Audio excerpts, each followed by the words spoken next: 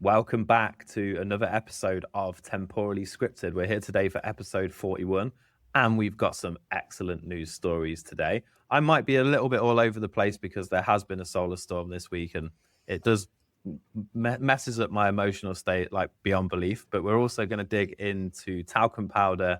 We've got some AI recalls going on, and there's a wild elephant on the loose in India.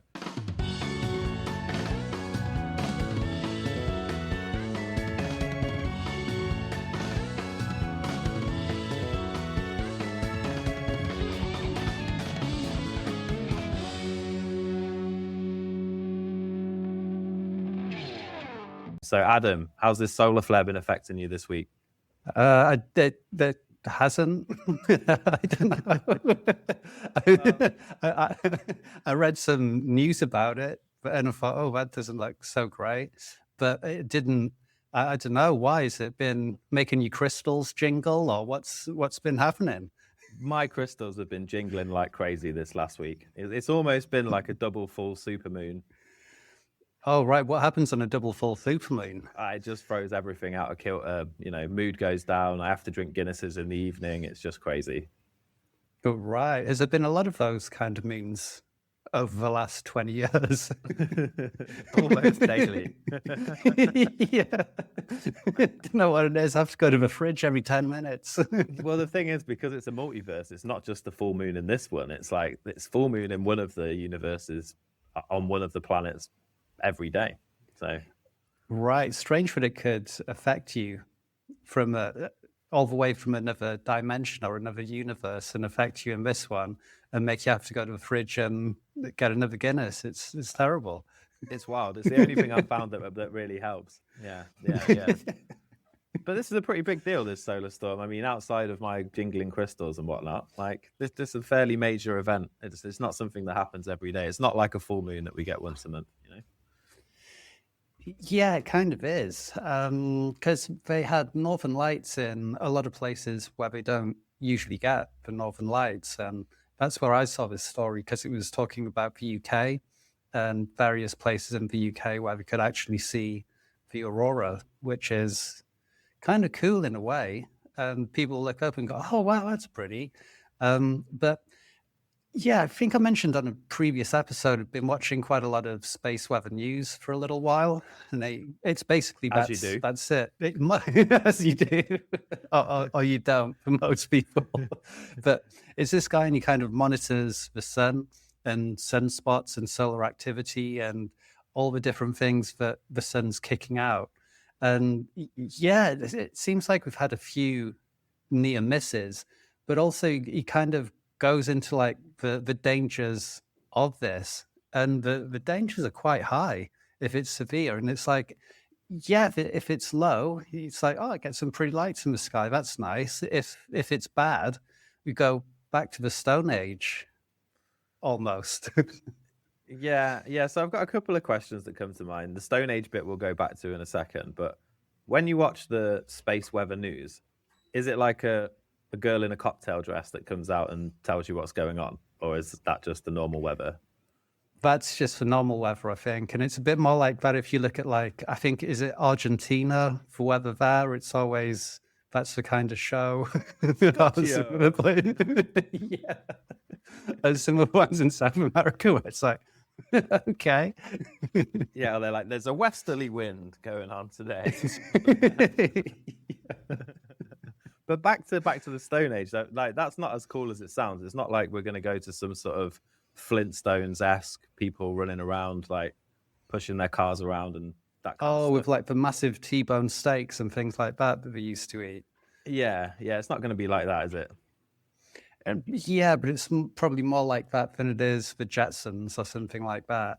I don't know. So in I think I've got it here somewhere, I think. But yeah, in 1859, we had something called the Carrington Event, which was it was like the last time that the Earth got hit by a big geomagnetic storm like this. And at the time, well, you could say that it wiped out the sort of Victorian internet. So the telegraph system went down.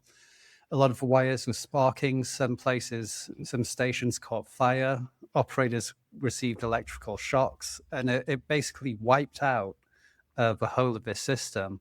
And also, it was so strong that night actually became day. So there's stories of people in the Rocky Mountains that were working there, waking up at like 1 a.m. to cook breakfast because it was so bright outside. Wow.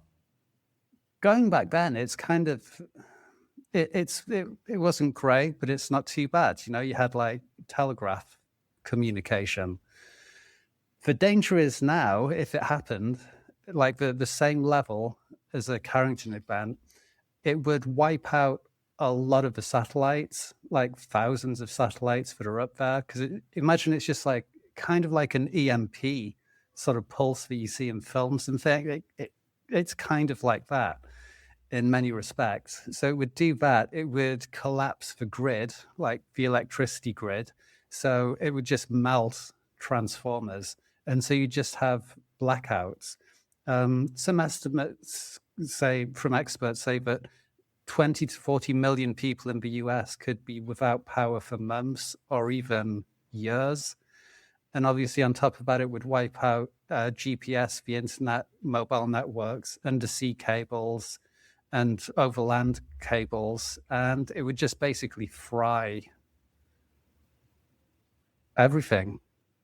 Unless it's in a Faraday cage or wrapped in a load of tinfoil or something, which my head always is anyway. So yeah, I was going to say I've got a Faraday cage over my house, so we'll be all good. Yeah. I did wonder why the solar it impacts me more when I leave the house. You know, when I'm at home, it's fine. It could be. Although a car is a Faraday cage, as I understand it, though, isn't it? So you're probably safe driving around in your car as well.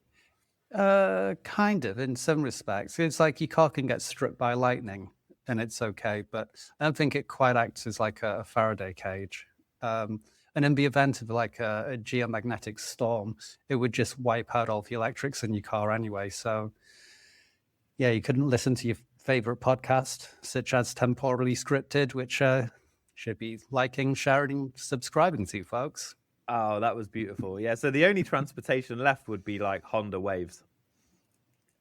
Apart from the electric starter. But Honda Waves don't care about that. They run without. Right. They're like... especially the ones that have got two back wheels and one front wheel that someone's bodged the extra wheels on the back. Yeah, they're like the SAS of motorbike. They just keep going forever and ever and ever. You could ride one into battle, like no problem, on 0.02 liters of fuel. They're just unbelievable. Yeah, I'll never forget the day that my wife swapped my Honda Wave for an Italian motorbike, which, you know, has since passed away. It was just like, it's too hot. Just couldn't take it anymore. Straight away. That wasn't... Ooh. See, that was solar flares. My AirPod just popped out my ear. I think that's the beginning. Either that or I'm losing weight in my ear. What, from your ears? Yeah, as you do. Or maybe it's too dry in there because of me using excess Johnson & Johnson talc products. Right, okay, which, I mean, I hope you're not using too much of them. I mean, I think there's still a court case going on at the moment, but it doesn't sound so great. Yeah, but the court case is going to get thrown out because when they unpacked the kilos and kilos of talcum powder from my car, they tested it and they found out that it was, in fact, Johnson & Johnson's talc. But you've got to be careful with it these days. Well, yeah. Be careful what you carry around with you. It could look suspicious. I just can't handle the chap or the chafe without talcum powder, and now it's so unpopular, giving people cancer and stuff. I mean, I'll take my chances. Yeah, which is, I mean, I guess that is our next story of what seems to be a court case at the moment about Johnson & Johnson. Well, looking at this, so the US judge allowed the experts to testify that they cause ovarian cancer, which means I can use talc because I don't have any ovaries. I'm not sure if it's just that one kind of cancer that it would cause. I think that there may be. I think that's like an example. Oh, okay. Of it being carcinogenic. I would imagine. Yeah. I mean, when I was a kid, I used to get covered in that stuff. So when I get old, I could say, it was never the cigarettes, the alcohol, the late nights, Yeah. the McDonald's. It was that talcum powder my mum used to use when I was a kid. Yeah, I'm going to take them to court. Johnson and Johnson and my mum. Cause of death, talcum powder. But I mean, it's quite a serious thing in many respects. So, because apparently the decision concerns federal litigation consolidated in New Jersey involving tens of thousands of lawsuits. Reuters cites around 67,500 cases. Wow. I don't know if they're cases of just cancer in itself or deaths. I'm assuming just cases of cancer, but either way, it's pretty shocking. And they don't use talc in talcum powder anymore. They've switched to some kind of cornstarch kind of thing instead, I believe. Wait, is talc like some sort of element? Is it on the periodic table? I don't know exactly what it is, to be honest, but I know that they kind of mine it. But sometimes when they mine it, it can be mixed up with other elements, and some of those I think can either be in some way poisonous or have some radioactivity. I'm not sure. Oh, wow. So it's a naturally occurring soft mineral, hydrated magnesium silicate. Yeah, that's not good. If they put on the side of the bottle Johnson & Johnson's hydrated magnesium silicate, I probably wouldn't powder my face with it. Yeah, but at the same time, you wouldn't add sodium chloride to your food, which is just salt. But that's very true. But yeah, I mean, was your mother a big talc user in the 80s when you were a kid? I think so, yeah. And there was always like a pot with talc in the bedroom somewhere or in the bathroom, because it used to be a lot more popular, I think. Yeah, I seem to remember talc being like a fairly, steadfast part of my childhood in the 90s. It was always, every event, whether it be a birthday or a Christmas, there's always get the talc out. Yeah, get the talc out. Is this a talking occasion?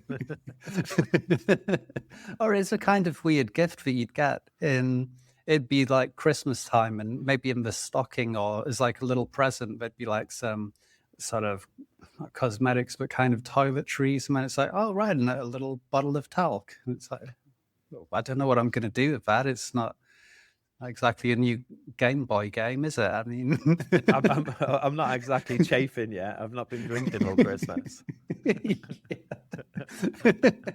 And I'm only 9. I don't know. Yeah, it's going to be at least 2 more years before we drink at Christmas. I'm Scottish. But yeah, and I do remember there being times where I put down like a bottle of talcum powder, because I think Imperial Leather used to have a version of it as well, which I think is like Cousins. And you put it down and it makes like a little dust cloud, and then you like. So I kind of remember that as a kid, but yeah, I never knew it was an element. So that is every day's a school day. I'll be able to sleep better tonight knowing that. And at least I never got into the talc business. Well, I guess it's a relief. You could be up in court now for your talc dealings for 67,500. So they're taking it out of everything now. Yeah. So I'm guessing with this, they stopped. I mean, it's kind of bad, isn't it? As well, when it's. I could be wrong, but I'm assuming people are able to sue the company because the company had knowledge of some really ill effects from the talc. And so they knew this in advance. But when you think usually talcum powder is used as like baby powder.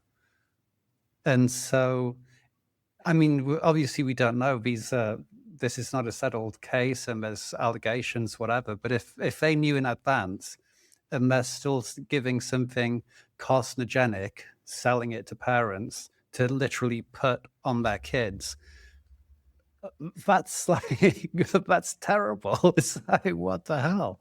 It's pretty dark. Yeah, I have to say it is pretty dark. I mean, And can you imagine being that guy or being on that committee or whatever at the company, but it's just like, okay, well, this has happened. What should we do? Let's keep selling it. And it's yeah. like, but that could like kill kids and give people, let's just keep selling it. It's like, wow. Do you think there's like a talc lobbyist in the US? But that could be. They're all sat around. It's like, oh, what are you the lobbyist for? Oh, guns. Oh, that's cool. What about you? Yeah, alcohol. Wow, that's awesome. How about you? Oh, yeah, for me, it's cigarettes. Wow, they're all really cool. What about you? Oh, cannabis. Excellent. That dude over there, he looks really smooth. Why is his skin? What's he the lobbyist for? Talcum powder. Oh, right. Yeah. What a bastard.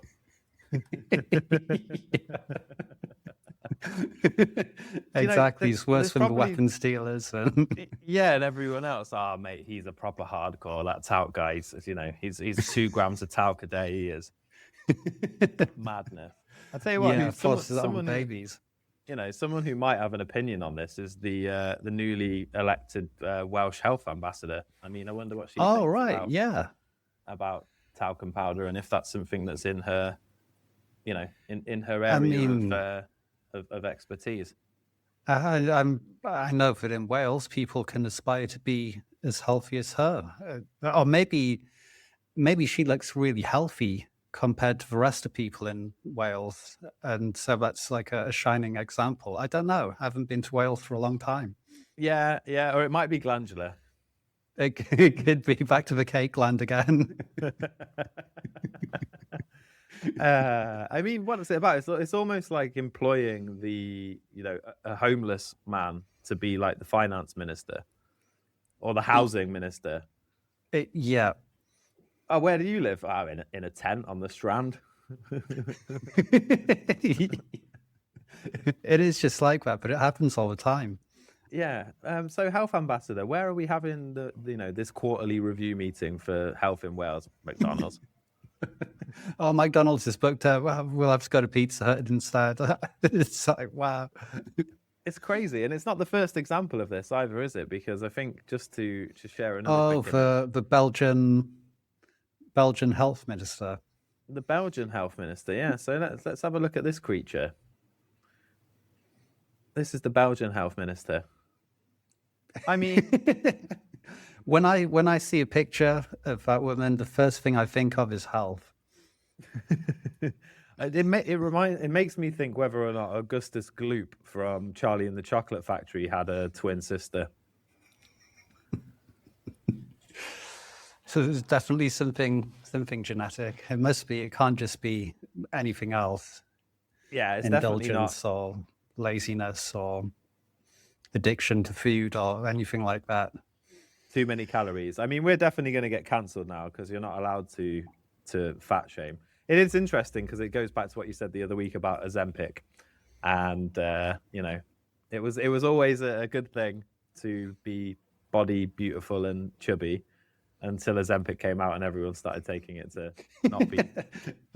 And all of a sudden it was dead easy to lose weight and be slim. So just barely any effort, and all of a sudden, oh right, well I'm not so body positive anymore. Fun times, hey? Fun times. Fun times indeed. So moving on. Speaking of taking the bad bits out of stuff, they're going to take the bad bits out of social media, or are they going to ban everybody from under 16? Because the UK seems to be about to jump on the bandwagon of banning social media for teens. Yeah, which is quite a big step, really. And I guess this is following on from what Australia has been trying to do as well. And I mean, I don't know exactly how they would ban it, because I think any 14-year-old with a smartphone can pretty much access anything on the internet that they want to. Because they're definitely more tech savvy than the parents. Yeah, and I mean, there's obviously things like VPNs and stuff, because I know they banned in the UK like adult stuff for under 18s, didn't they? So like all of the adult websites got banned. But I mean, someone told me that you can skirt around those bans by using a VPN. Right. Okay. It was actually when I was market researching clickable titles. Oh, right, yeah. That's what it was. Yeah, I noticed I accidentally had my VPN set to the UK, so I just changed it. And then it was okay, just like that. And then with like a lot of sites as well. I mean, obviously, hopefully with the social media thing, they'd make it a bit stricter. But with a lot of sites, it just kind of goes, are you over 18? Click here for yes, or click no to leave the site. And that's it. So hopefully it's a bit stricter than that. Yeah, that's true. That's true. And I do know, so not to jump away from this story, but ChatGPT have just announced that they are trying to decide what age their users are based on what they search for. Oh, okay. So I'm wondering if they're going to be able to start using a similar technology to police the social media. I was started fucking with mine the other day by just typing 6767676767 into it. Right. You're clearly an 11-year-old boy. I think it might already think that by my level of humor. Yeah, it probably does, to be honest. But yeah, it's kind of a funny one. I don't know. Part of this ban as well, are they going to be, okay, well, what we'll do, we'll bring out digital IDs for everybody.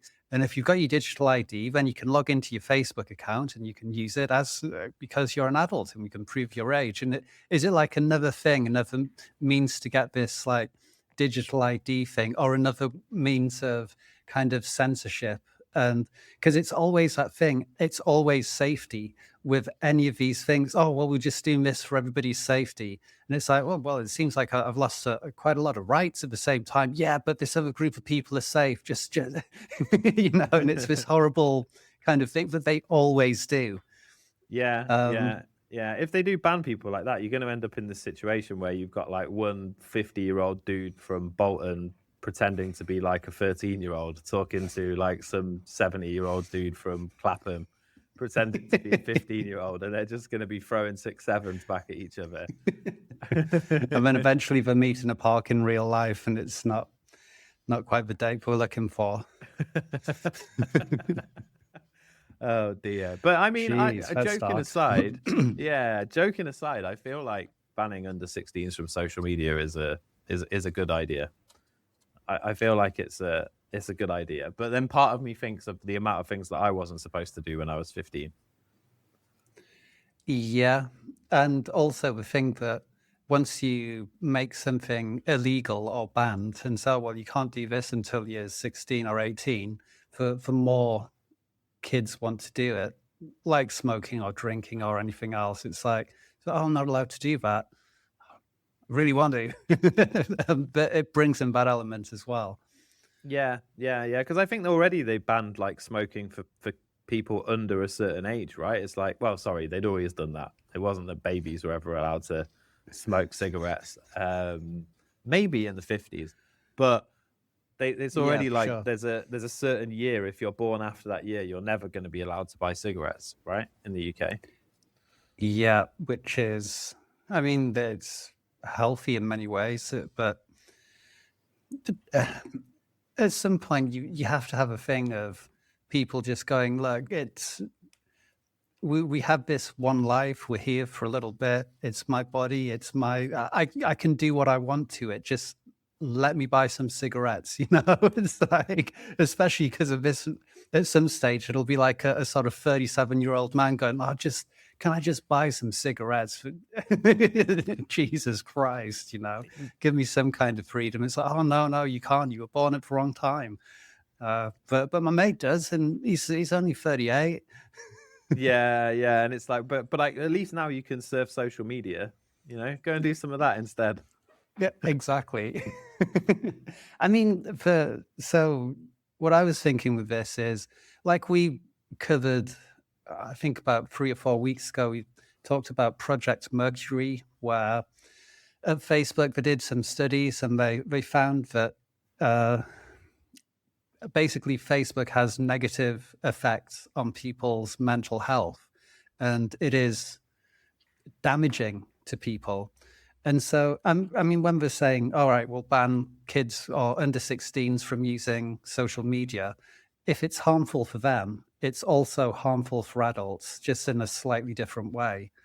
And really, should it be a case of like not allowing certain people to use it, or should the companies just be forced to change the way they do things?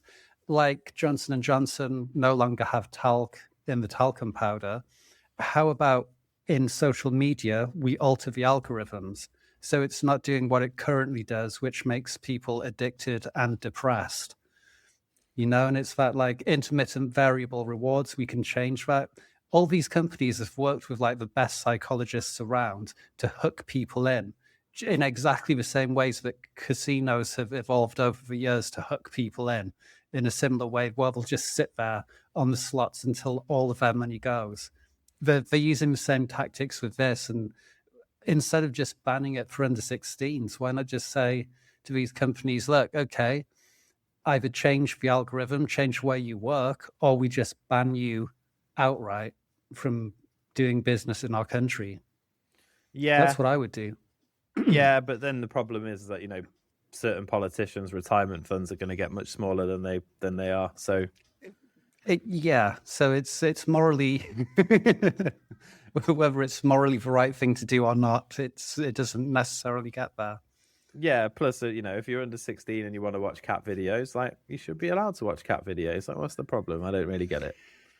Yeah, but this is true. I mean, that's one thing in China, though, from what I've heard, their version of TikTok, which is called something different, but like kids can watch it, but it's all kind of like science experiments and athletic endeavors and... Yeah, it's called TikTok. Wait, that was more Japanese, wasn't it? Yeah, I need to work on that for the Chinese audience. Which I'm sure is probably our biggest audience. Yeah, TikTok. Yeah, it's called something else. But yeah, you're right. And for them, I think it's almost like it's an operation to deliberately make the rest of the world look at people dancing and cat memes and stuff. Yeah.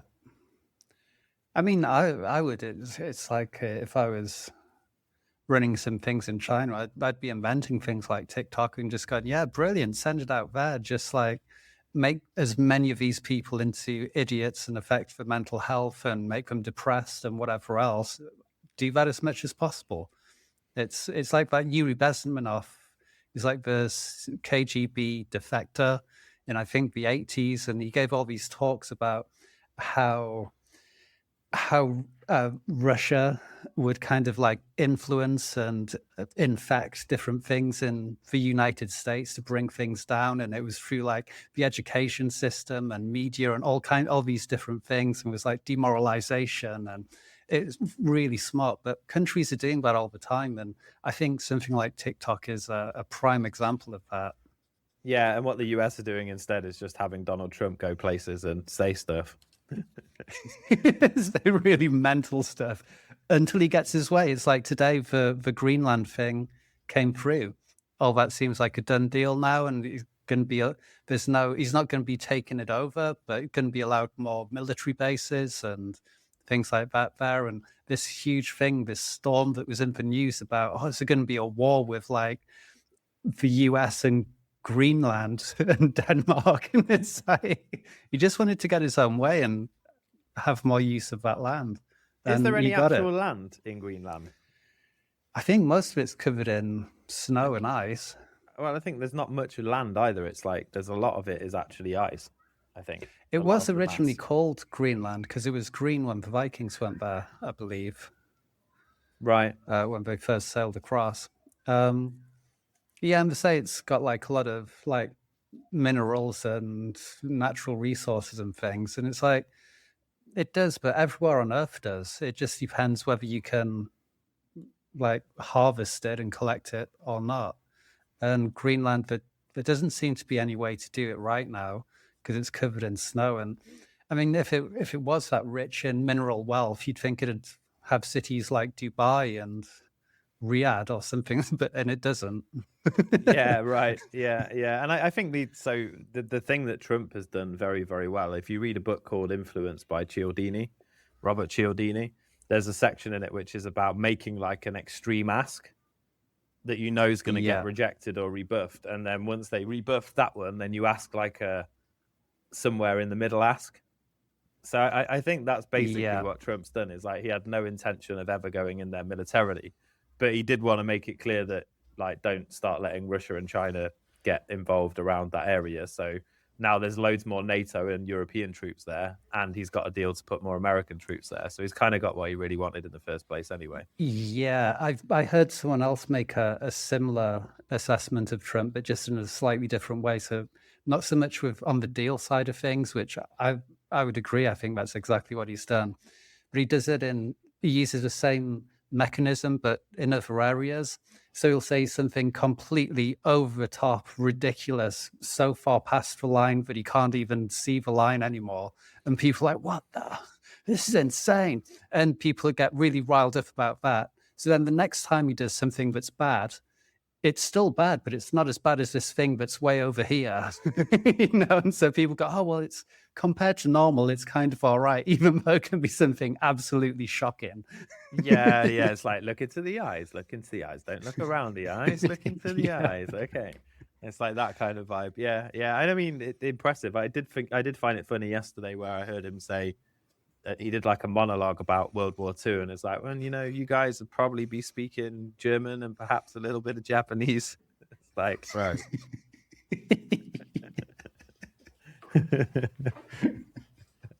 But yeah, I think he might be losing it a little bit as well. Like I think some of the rants and stuff. Apparently, he started falling asleep in meetings quite a bit, and which I guess is what happens when you almost become an octogenarian or whatever it's called, an octogenarian, not an octopus. Yeah. I hope Mr. Trump does not see this and call us out on Truth Social, because that would be terrible. Can you imagine how great that would be? Yeah, I'm a big fan of your work, Donald. Big fan of your work. Big fan of your work. Okay, cool. Anything else on social media before we move on to the next big story? I don't think so. Not that I can think of. What is the next big story this week? I believe it's something related to shock horror, AI stealing copyrighted books to train their models, and then the traces being seen in the outputs. Yeah, so I guess essentially, I mean, we've heard bits and pieces about this all the way along, where people have been saying, but surely the AI is just taking like everything and then remembering quite a lot of it, and that's all like copyrighted material. How is that allowed? I'm like, oh no, well it doesn't actually remember it. It just gets trained on it. But from what this study showed, it seems like it does remember it, and it's kind of taken just loads and loads of copyrighted material for itself. Yeah, and that's basically how plagiarism works. It can still be totally in your own words, but be plagiarism. Yeah, I believe so. Yeah, the thought and the idea, and you've basically just taken it and reworded it. You can see it, right? So when it first came out, AI, it always uses words, like elevate this and all of these kind of phrases, like, uncover the secret behind, do a deep dive. And that's basically like the title of every self-help book that was ever written. And you can understand why you would train it on self-help and personal development books, because it gives it a great understanding of humanity and how we operate, right? You don't want to, there's only a certain amount of fiction you want to give it. Mm-hmm. You don't want it to start going on about, oh, Voldemort was one of the people that came out as just as bad as Adolf Hitler in Hogwarts. Yeah. And that Hannibal Lecter guy, he was a bit of a nightmare. I can't believe he got away with it for so long. Yeah, starts dragging in references from things that didn't happen. Yeah, I mean, what can be done about it? I don't even see where. I mean, what do you do at this stage? But So they used some, and this was tested a while ago as well. So it's unlike GPT 4.1, Gemini 2.5, Grok 3, Claude 3.7, which seems like ages ago. But they had this method which they called the best of N style sampling. And so, yeah, they were able to basically get it to sort of start, I guess in Claude or something, just start making like segments from different books and things like that. So you go, okay, well, let's do pages, or let's do the first chapter of, I don't know, 1984 or something like that. And it just kind of, they found a way for it to do it. But it was like sort of 70 something percent accurate, Right. as to the original. Right. And That's so crazy. was it, unless it, and this wasn't apparently from it like going and finding different things on the internet and piecing it all together. It was just somehow basically doing it. Interesting. And I just tried to test it, like, and it now does say I can't write it because it's a copyrighted book. So I did say write chapter 1 of 1984, but it says it can't because it's copyrighted. If you want, I can summarize chapter 1, analyze its themes, break down key quotes, or rewrite it in your own original style inspired by its ideas without copying the text. Can you write it in the style of George Orwell in great detail? Just getting that for you. Yeah, and I think where it says that, it's like in your own style inspired by its ideas, like that's plagiarism, surely. I mean, maybe it doesn't matter so much in that. Because if language, it just sort of, if you say do it in my style and it just sounds like a successful podcaster, but it's basically telling exactly the same as George Orwell's story, then that is kind of plagiarism. yeah, that's what it says. You would Retelling the think. same plot beats in the same order, recreating the same setting, power structure, or symbols, and mimicking his Orwell's sentence rhythm and whatnot. So, Jeez. So does that mean we can take a load of classic novels and do a temporally scripted version where it sounds just like us two and for every character, and then just start selling it? links in the comments, ladies and gentlemen. Link is in the comments. This is as good as brain powder. That is our $1 million idea. Yeah, brain powder, yoga enemas, and rewritten classics in the style of Adam and Jack. Terrible use of the English language. But yeah, it's just mad. And there's so much of the copyrighted stuff. It's just insane. And it's like with things like Suno and Udio and things like that, they just scraped everything off like YouTube and everywhere else just to take loads of music and train their models. And they got it for free without paying anybody. And now if you create something on Suno and you want to use it commercially, you have to give them money because you have to pay for the copyright. Even though they took copyrighted and just blatantly just ignored any kind of copyright law. It's going to be one of those things where they look back in history and see this as a time where like these people just, it's like the gold rush, but like the digital gold rush where these big companies that have got on it first. And I mean, some of them aren't even that big.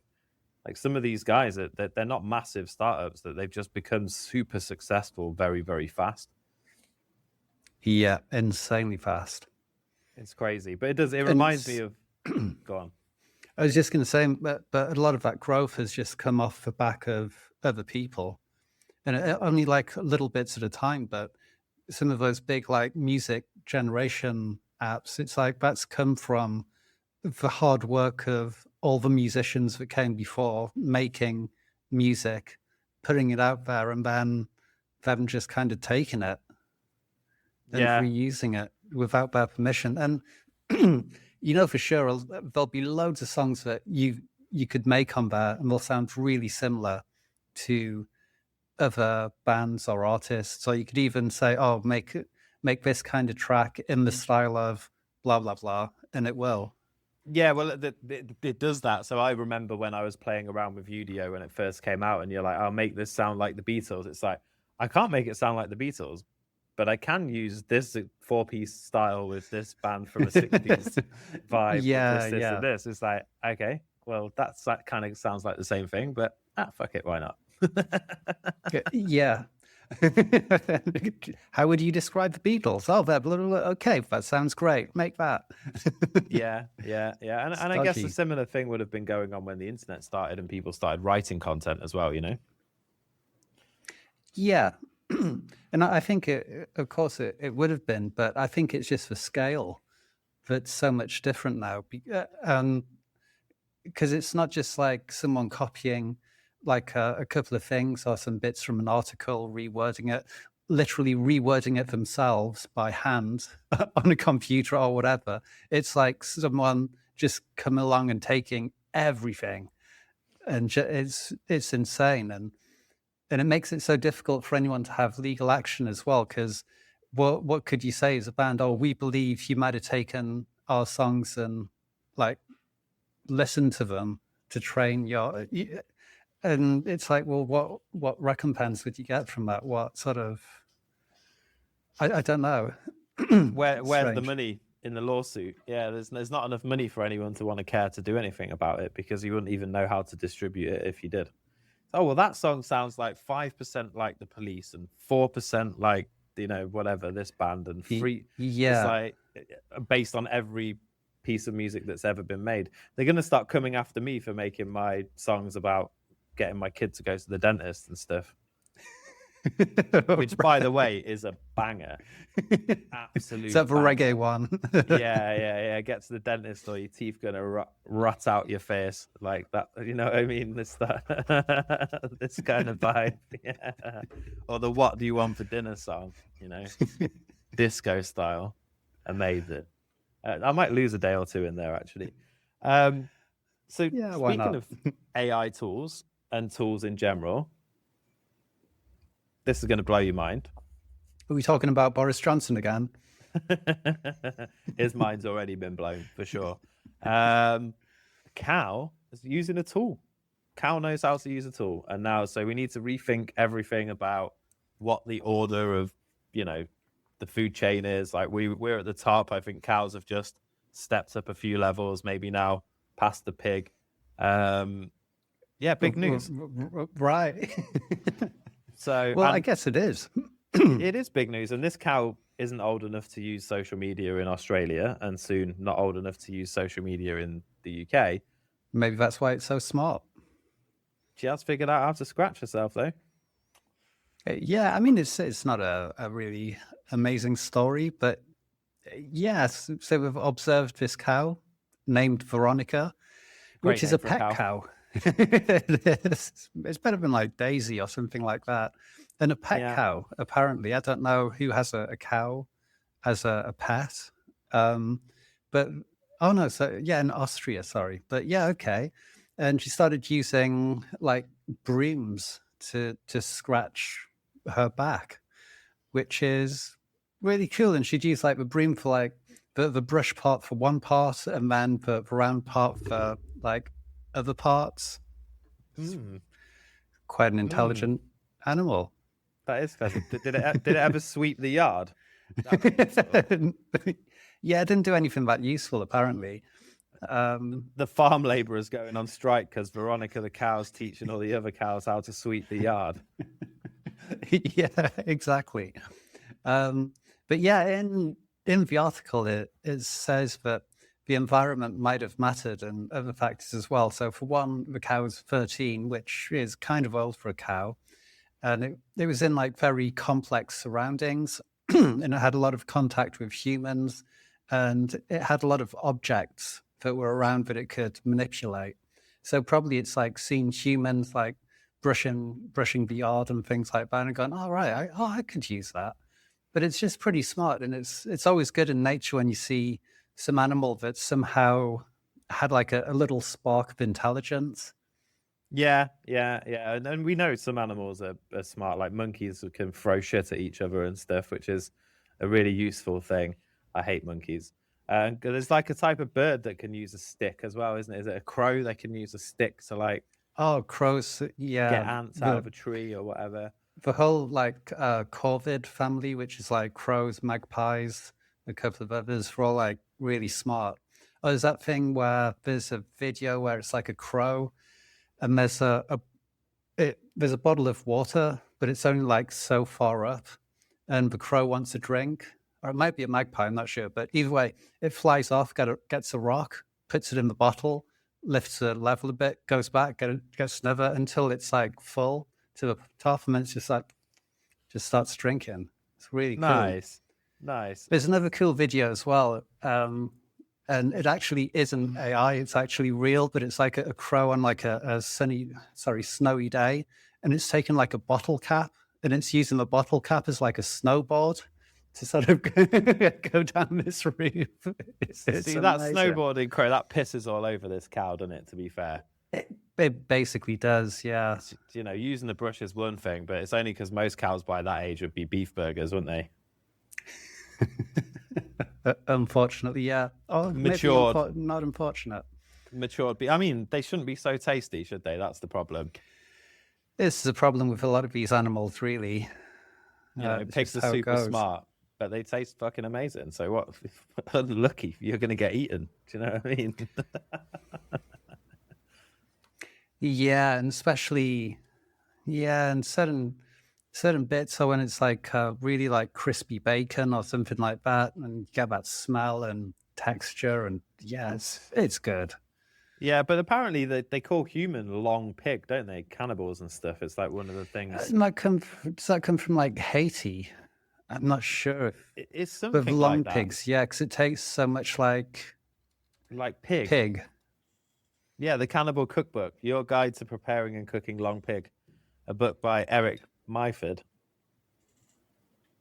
Nice. I hope ChatGPT's not been trained on this book.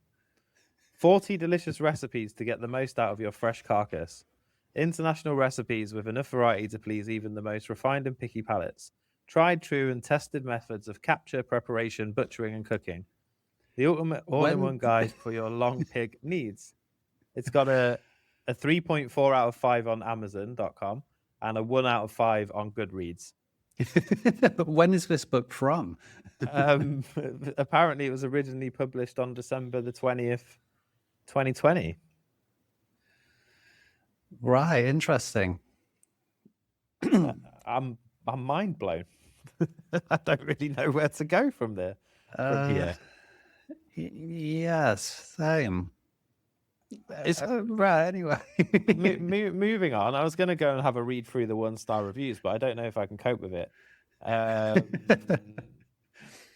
Maybe that's some quality content for another time. Yeah, but we can bring this up another time. I think it might be like satire, and written like a book, like a horror book. Anyway, moving on. We've got one more big story, I believe, today. Interesting. Or two. What? One or two. What should we go for? Is it the attacks in India? Yeah, harrowing news going on in India right now. It's just kind of crazy, isn't it? So, according to reports, an elephant in India has killed 22 people since early January, prompting a major search and warnings to residents. And it's a serial killing elephant then. It's not just doing it. It's not like one stampede where it killed 22 people. It's like coming out, killing one, and then going back like into... Jack the Ripper or something. Apparently, it's only got one tusk as well. So it stands out. Does it maybe as a disguise and it puts on a second like a mustache? So as soon as it's gone and like gored someone, it runs in, puts another tusk on. It's like people see it. It's like, can't be that one. It's got two tusks.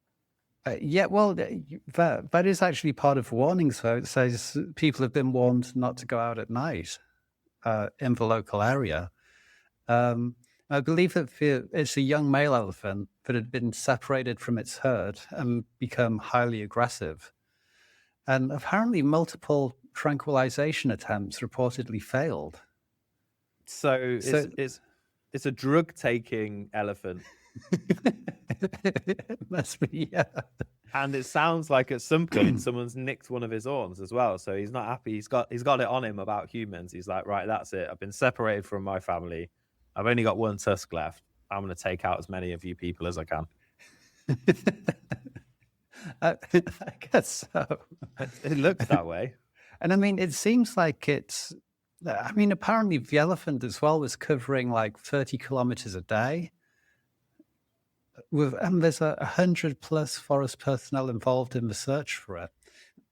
But also, apparently, this isn't like an isolated incident. So, in the article in The Guardian, they say it's like there's a rise in human-elephant conflict due to deforestation, scarcity, and encroachment on elephant corridors. And it reports that roughly 10% of former corridor areas no longer exist, so the elephants have nowhere to go. But also, more than 2,800 deaths over the last 5 years in India from encounters with elephants. Wow, that's crazy. Imagine like nearly 3,000 people killed by elephants in 5 years. That's wild, isn't it? It's a lot. But I know it's like a problem in Africa as well. And there's certain times of year when there's a kind of fruit on the trees and it's like left there and it ferments. And so elephants and other animals will go and eat them. And so occasionally you'll get like a bull elephant that's like pissed, like literally, and it'll just sort of like charge through a village. And yeah, it's wild. It's crazy. They definitely need to start putting age restrictions on elephants and alcohol. I mean, that's not cool. Yeah, this is it. That's surely more of a priority than banning 16-year-olds from social media. Well, maybe start with the elephants, ban it from the alcohol and ban it from social media, because we can't be certain that it hadn't been on Facebook all day, and that's where a lot of this rage has come from. It would make total sense. Someone's rage baited him about big noses and one-tusked, and it's like, right, that's it. I've had enough. That's it. Just started seeing red. You couldn't take any more. Yeah, crazy. Right, so that brings us to our weekly segment. It's the temporally scripted top 5. What have you got for us this week, Adam, sir? This is just some... I couldn't think of anything when I thought, all right, let's do some like weird currencies from around the world in history. So it's not like, so it's not rare coins or anything. It's just really weird stuff. Okay, anyway. So the first one is from the island of Yap, which is in Micronesia. And there people use rice stones. So it started out, they would just use like little sort of round discs with a hole cut in the middle, and it would be little stones. And they'd use those as currency to buy things, to barter with people. But over time, these got bigger and bigger to a point where the largest ones are about 10 feet. Right. And of just like, imagine like a 10-foot stone donut, basically. And some of the weird things are it doesn't actually, ownership doesn't require possession. So I could have this stone, but it could be in your garden for like a decade or something, but it's still my stone, even though it's on your land and things like that. And yeah, and so people wouldn't necessarily move them. They just go, oh, well, you can have my rice stone that's in so-and-so's garden. And that sounds like the blockchain. It does. Literally. An early form of it. Wow, that's crazy.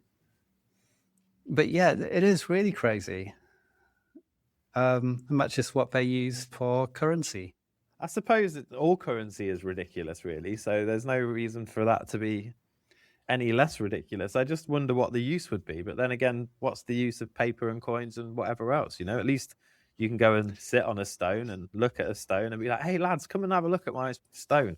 Got this massive stone I've just got. Check it out. Yeah, I'll swap it for your car or whatever. I don't know.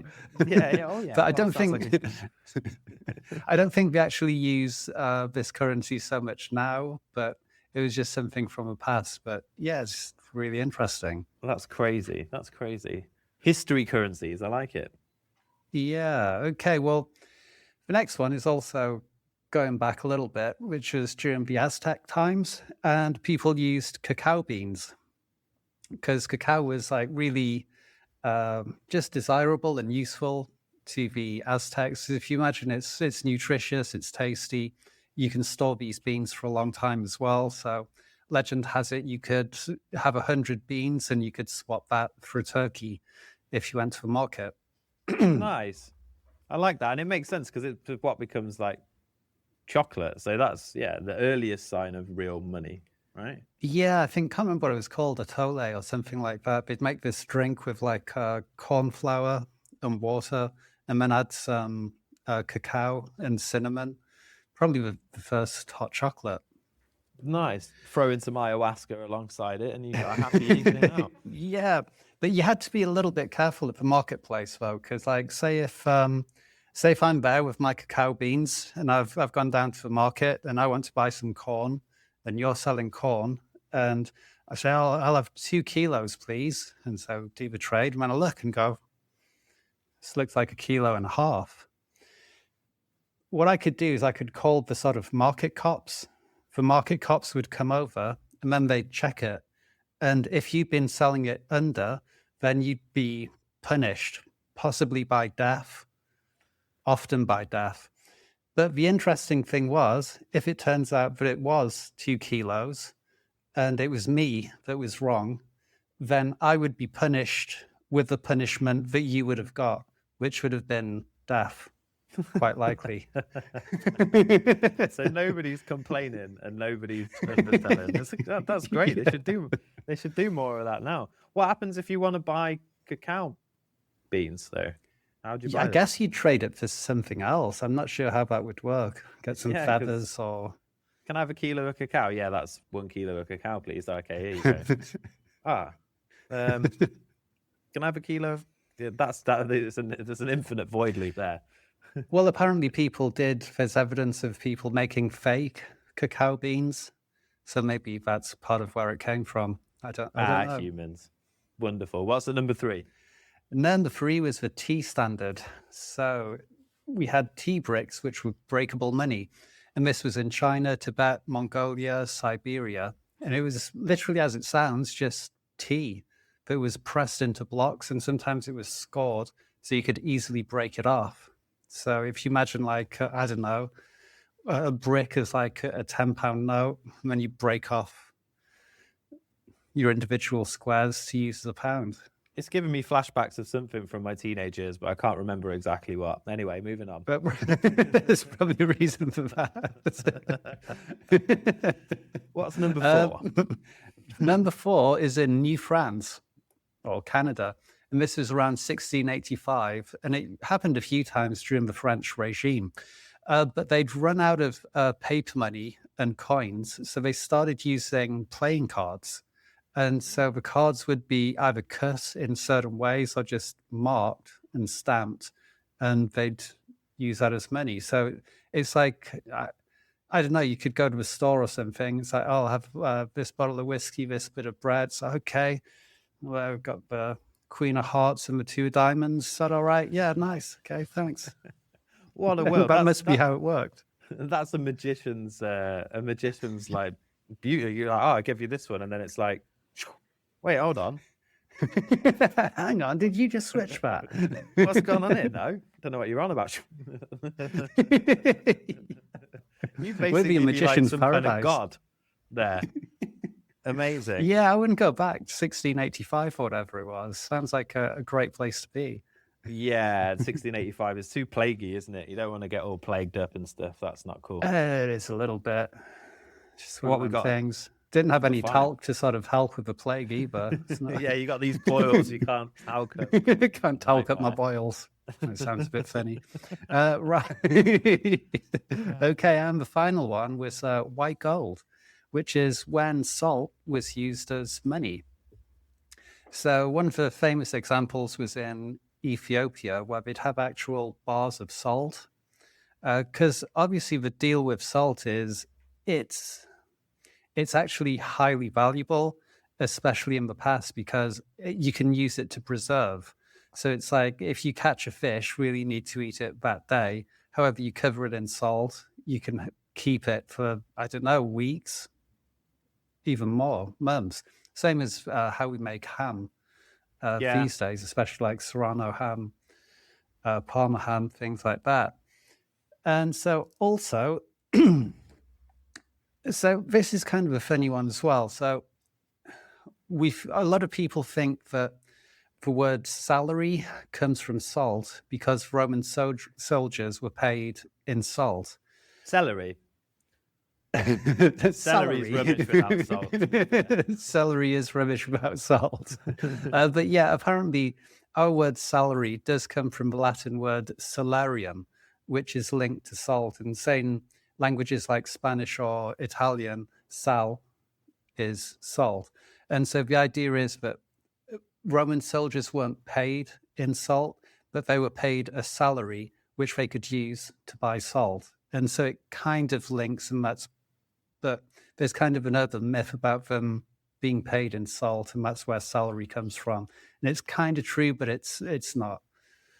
That's crazy. And so you can then eat what you get paid if you wanted. You know, if you've got you're down the market and you've just got like a portion of French fries, or being stupid, French fries wouldn't have been invented back then, but chips, and you're like, oh, I've just been paid, I'm gonna crinkle a little bit of that for my chips. Yeah, kind of. But not exactly. Oh, you'd have the money to anyway. It's something along them lines. And anyway, I think that was a top 5 that was worth its salt. Oh, that's beautiful. If that isn't worth a subscribe and a like, ladies and gentlemen, then you are on the wrong channel and you have no soul. I concur. Yeah, I was going to try and do salt as a play on word as soul, but it just wouldn't have been as good as your joke, so we'll leave it there. Sad times. Okay, well. That brings us to the end, ladies and gentlemen. Thank you very much for sticking with us, for listening to our wild ramblings as we went across the news, across the globe. We'll be back again next week. Don't forget to keep your eye out on Thursdays for our top 5s, and we'll see you in the next one. Adam, pleasure as always, my friend. Indeed it is. See you next time, folks.